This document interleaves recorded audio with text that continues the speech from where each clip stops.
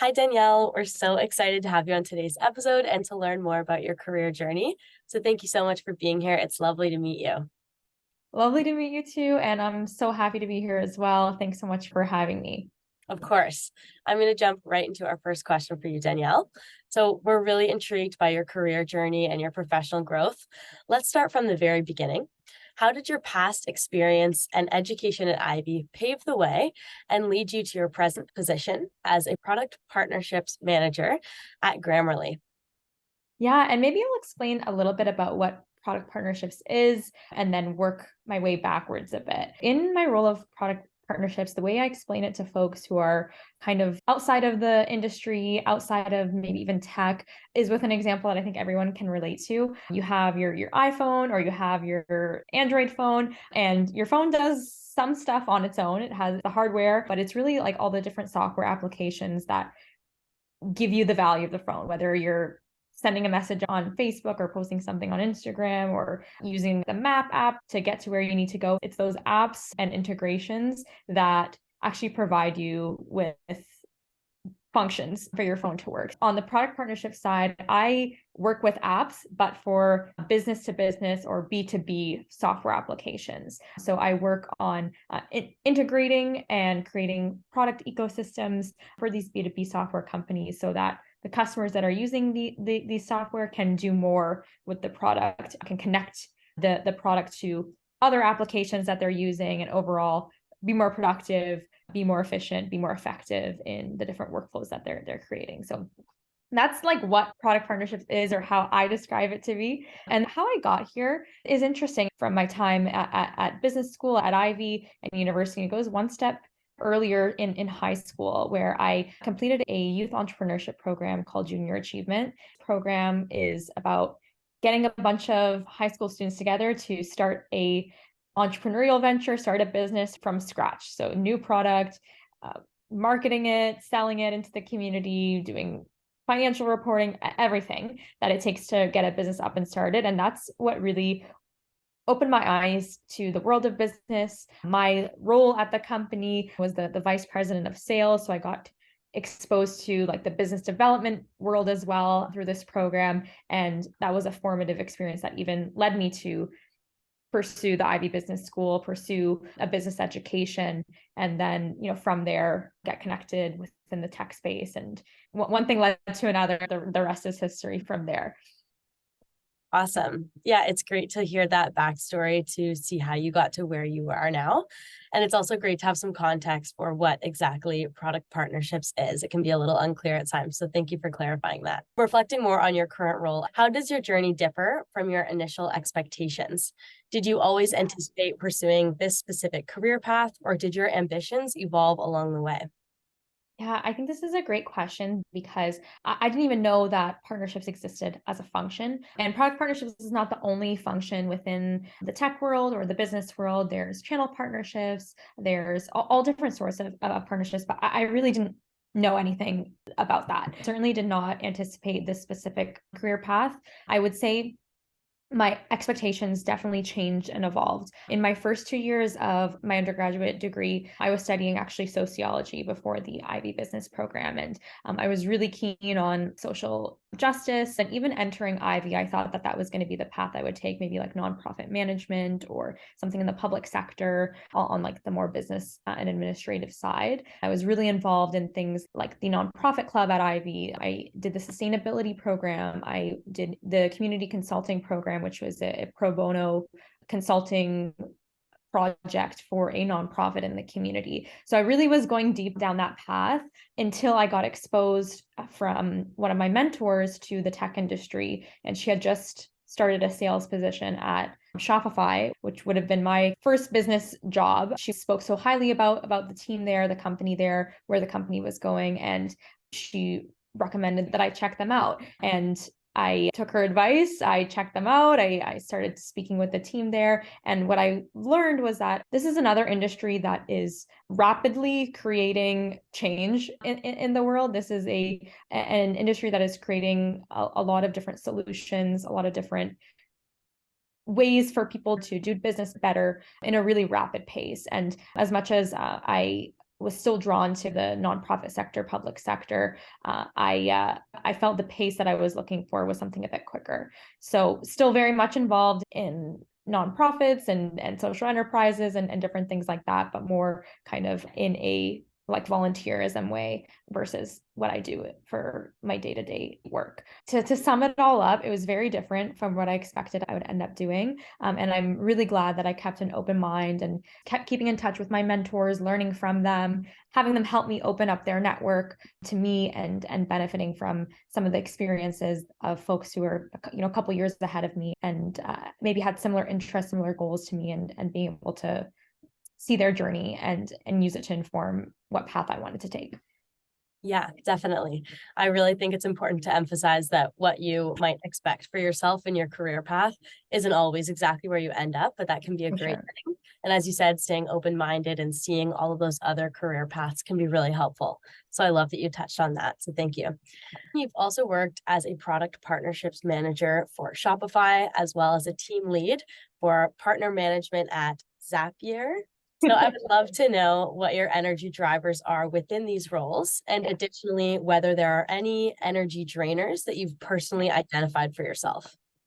For sure. So on the energy driver side of things, something that I've really enjoyed about my time in partnerships is that not only do you become an expert at the companies that you're a part of. So at Shopify, that was, the e-commerce space and what we were building there. At Zapier, that was software automation. Now being at Grammarly, they work on communication assistance. So we got to get expertise on those particular companies, but also you get to gain expertise and meet people when you're working with different companies as well. So at Shopify, I was not only getting an expertise on the e-commerce space, but I was working really closely with a lot of advertising platforms. So this is folks like Pinterest and Snapchat, Microsoft ads, even got exposure to Google and Facebook's ecosystems as well, which really allowed me to have a breadth of different experiences.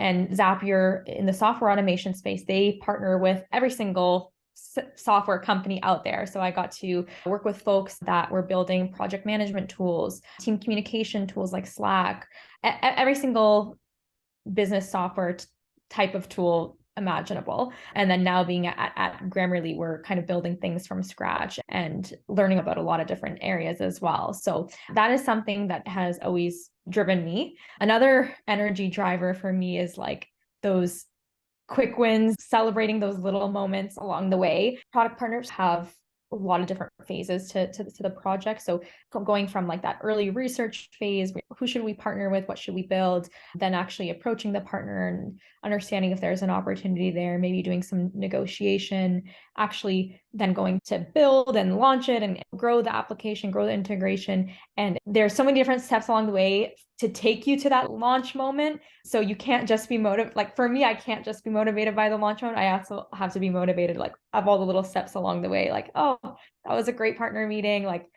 this was what was so great about it. This is like a moment to celebrate. Those little things really do kind of excite me. Those little moments of progress along the way keep me really motivated.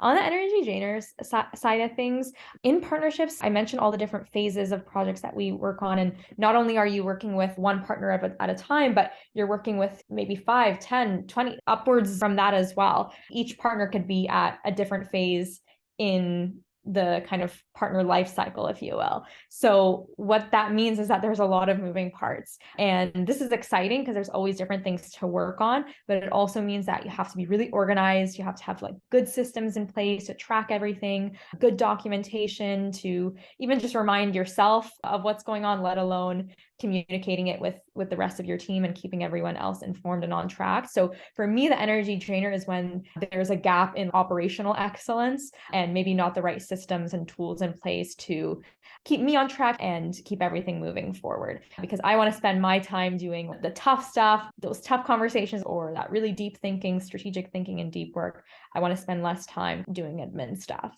So that would be one of my main energy drainers.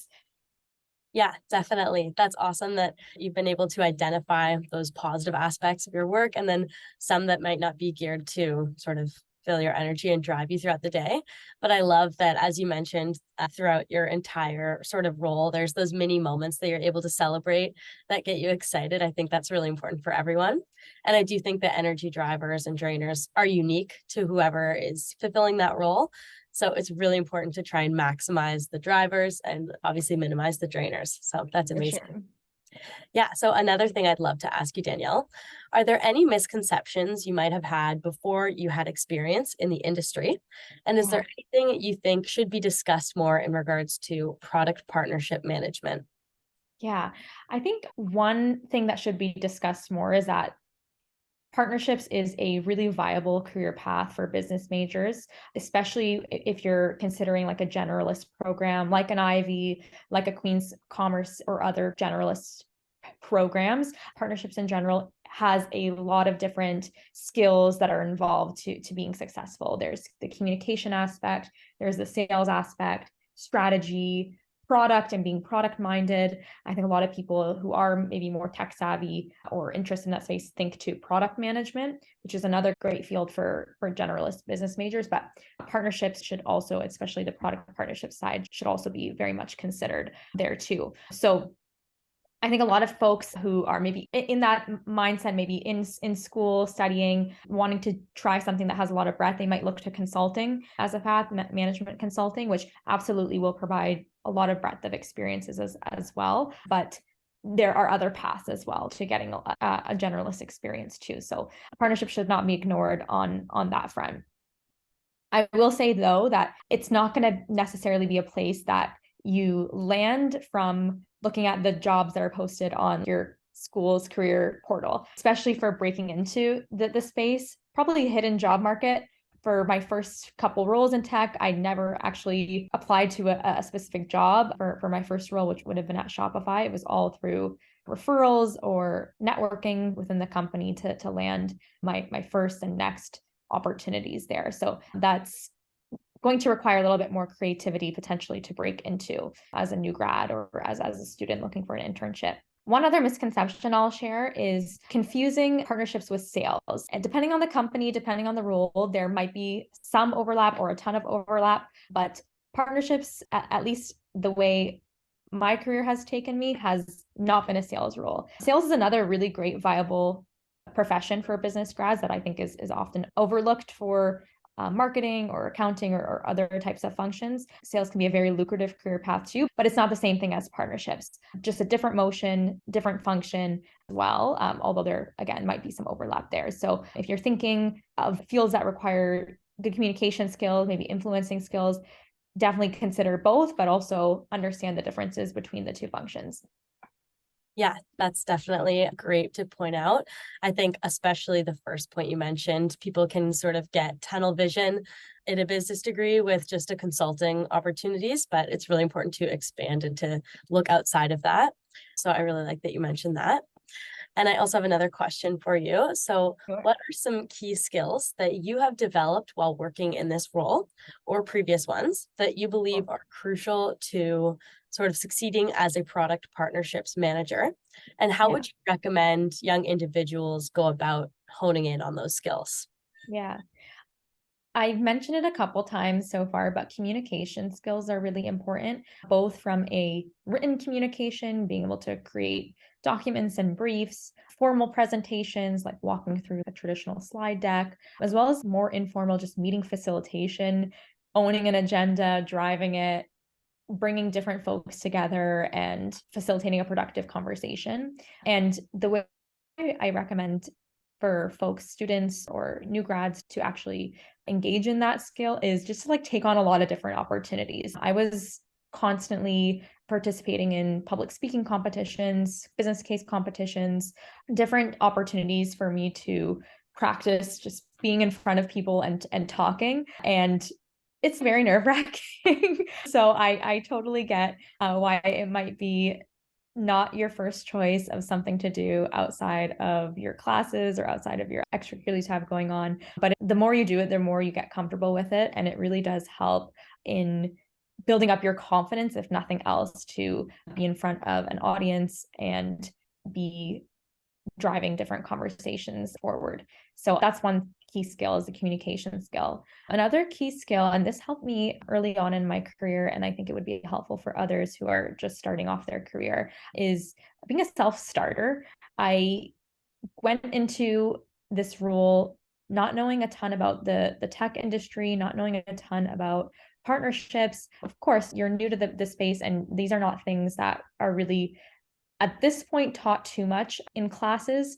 It is a lot of on-the-job learning. That's changing. I have some professors that I keep in touch with who are adding different things to their curriculum, which they're amazing.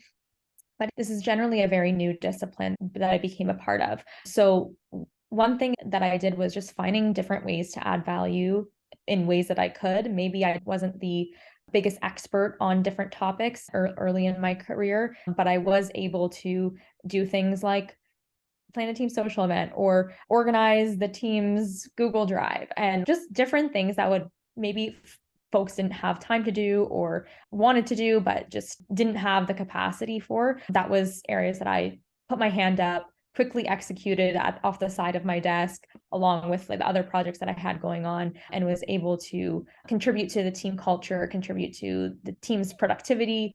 One of the things in my first job in my time at Shopify, I ended up becoming the de facto team partner ops person, even though that was outside of my job description. We didn't end up needing a operations person because I was kind of running the show there.